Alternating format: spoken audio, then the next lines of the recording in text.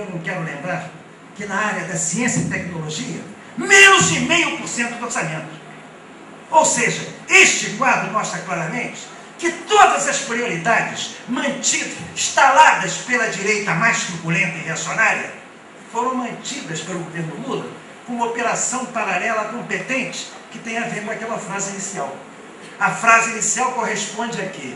Corresponde a que é barato combater a pobreza. Aí inventam o Bolsa Família, cujas contas eu já dei para vocês, e que não é nenhum problema, tanto que o Serra manterá, ele mesmo diz que vai mantê-la, como com o ProUni, que fascina e que faz com que uma juventude pobre se transforme em militante na campanha do Lula.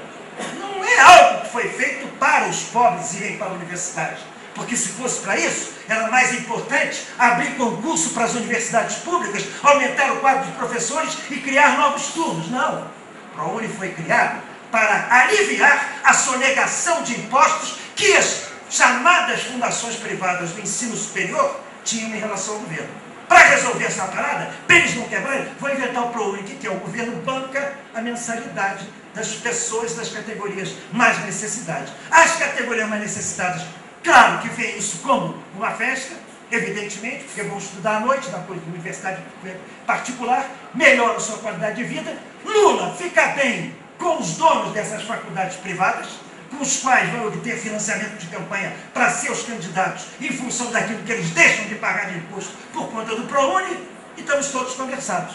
Coisa que a direita ensandece e se enraivece e tenta dizer: eles são a mesma coisa que nós, por que vocês nos odeiam e não odeiam a eles? Porque essa é a marca que faz, caracteristicamente, este governo ser uma tragédia. O que não impede que a gente não tenha, e eu vou para essa radicalidade, mais longe. Eu quero ler um trechinho para vocês de um documento rapidinho. Uma definição, que eu quero que vocês me digam se não coincide exatamente com o que nós estamos dizendo aqui. Uma ditadura do capital financeiro que se apoia sobre uma ampla rede de organizações de massa, sobre o consenso organizado da maioria da população. O regime, em suma, radicalmente diverso das velhas ditaduras conservadoras de tipo semi-parlamentar ou militar. Isso cai direitinho no governo Lula? Cai? O que vocês acham? Pois bem, isso é a definição que Gramsci dava para o regime fascista de Mussolini e que é retratado no livro do Carlos Nelson Coutinho. Gramsci, um estudo sobre o seu pensamento político. Quer dizer que eu estou dizendo aqui que o Lula está instalando o regime fascista? Claro que não. Não estou dizendo isso, porque o regime fascista implica num grau de atrocidade e repressão contra os seus adversários que hoje não é mais necessário fazer pelas armas. É feito de outra forma. É feito pela isenção seletiva da grande mídia. Não há necessidade mais dos tanques. Existe um samba da nossa... até o seu Jorge faz uma variada dele a respeito do Zé do Caroço, que é um dono de um bar no alto da favela do Morro dos Macacos. Zé do Caroço é o sujeito que faz é o líder que esse Brandão disse, eu queria que ele estivesse na Mangueira, porque ele é de Vila Isabel. O Morro dos Macacos, para quem não sabe, modéstia à parte, é onde eu passei fazendo escaladas boa parte da minha infância. Ali ao pé do Morro do Macaco, Praça 7, Barão Drummond, enfim, lugar para privilegiados da sociedade brasileira. E, evidentemente, se Zé do Caroço está lá no alto, e o seu Jorge faz uma metáfora com o samba de Alessi Brandão, dizendo, na hora da novela, em que a novela distrai a nação brasileira, ele diz en passant, na hora em que a novela destrói a nação brasileira. Porque é disso que se trata hoje, o papel da mídia, que o Chico até levantou aqui, para fazer com que uma parte imensa da sociedade entenda que ela tem que se satisfazer com um pouco que ele deve, e mais que isso é demais, e para isso, lamentavelmente, já estão começando a usar até pessoas importantes do movimento social que estão se prestando a fazer propaganda de bancos, propaganda de Nextel, uma coisa que me dá aflição quando eu vejo na televisão, vendo as pessoas, mas para sentir qual é o peso do sistema para enrolar essas pessoas. Então eu quero dizer o seguinte, eu estou em campanha, se tiver algum fiscal do Tribunal Tribunal Regional Eleitoral aqui, por favor, me multe, porque pelo menos assim vai dar uma notícia de jornal. Eu estou em campanha para o Senado da República. Estou em campanha para o Senado da República para denunciar e modificar essas coisas.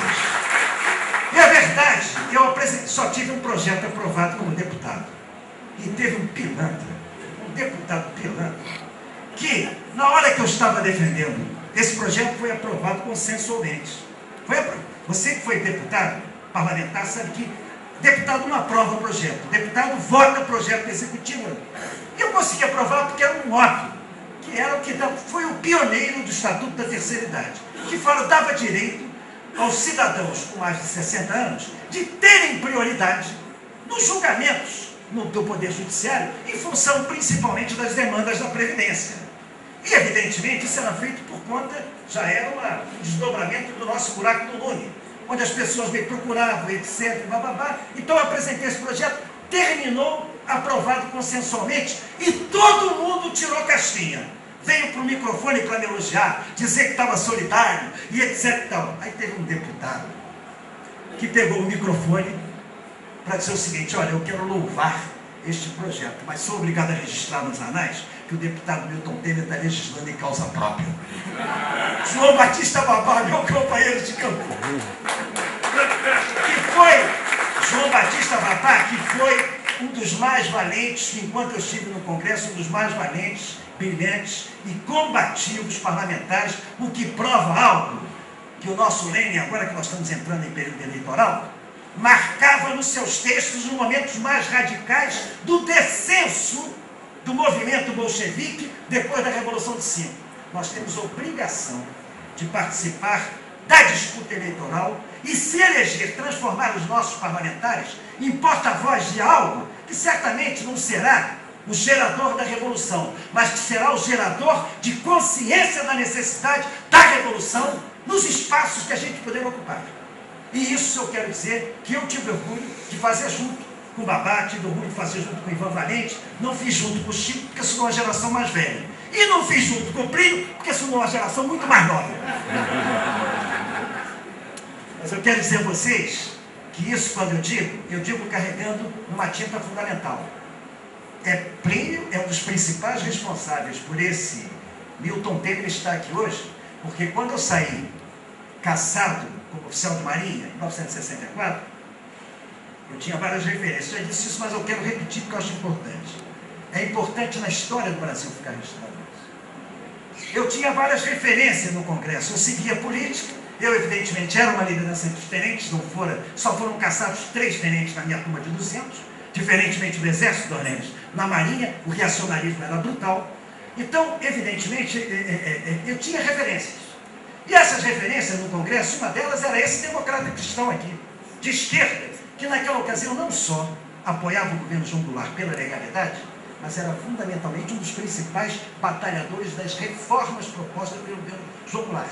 Foi o relator do projeto de reforma agrária do governo João Goulart. E, mais que isso, não é à toa que ele chega hoje na condição de presidente da Associação Brasileira de Reforma Agrária. Ninguém no Brasil é mais reconhecido como um militante dessa luta ao longo de décadas sem nunca ter recuado do que Plínio. Então, quando eu te faço essa brincadeira que eu não fui com ele, eu digo eu não fui, mas gostaria de ter sido se tivesse tido a oportunidade. Então, como eu estou em campanha, eu quero dizer, eu tracei os problemas, eu quero dizer como é que eu vou para frente. Eu trouxe comigo, viu, Chico? Eu já até já te passei algumas coisas dessas. Conjunto de projetos que eu apresentei no segundo mandato do Fernando Henrique Cardoso, para além de algo que eu tinha até esquecido, que foi o pedido de licença para promover o impeachment do presidente da República, que por manobra parlamentar conseguimos fazer chegar a plenário, e teve 100 votos em plenário, mas para além disso, uma série de projetos com respeito a algo que eu considero fundamental na nossa batalha de hoje, na conjugação do movimento tático com o nosso objetivo estratégico de sociedade.